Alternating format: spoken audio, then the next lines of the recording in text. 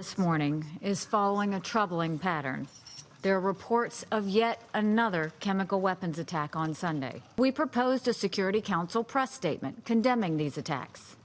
So far, Russia has delayed the adoption of this statement, a simple condemnation of Syrian children being suffocated by chlorine gas. U.S. Ambassador Nikki Haley condemning reports of recent chemical attacks on innocent civilians inside Syria and blasting Russia for aiding and sheltering the Assad regime. Joining me now is former UN Ambassador John Bolton, a senior fellow at the American Enterprise Institute and a Fox News contributor. Ambassador, good morning. Glad to be with you. Some serious charges from Nikki Haley there on Russia aiding Syria in this. Well, I think there's every reason to believe she's correct. Look, we've had over the past several years uncounted numbers of incidents where chemical weapons have been used. I don't doubt the rebels would use them if they had them. And the Syrian government has often alleged it was the rebels who used them rather than the government. But I think the evidence is overwhelming that the Assad regime has used chemical weapons before, during, and after Barack Obama's alleged deal with Russia to get Syria's chemical weapon stocks removed.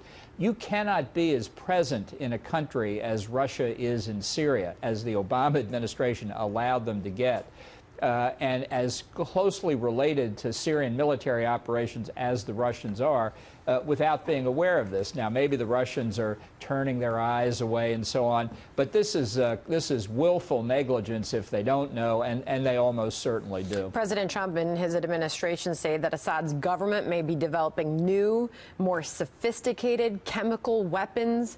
Ambassador?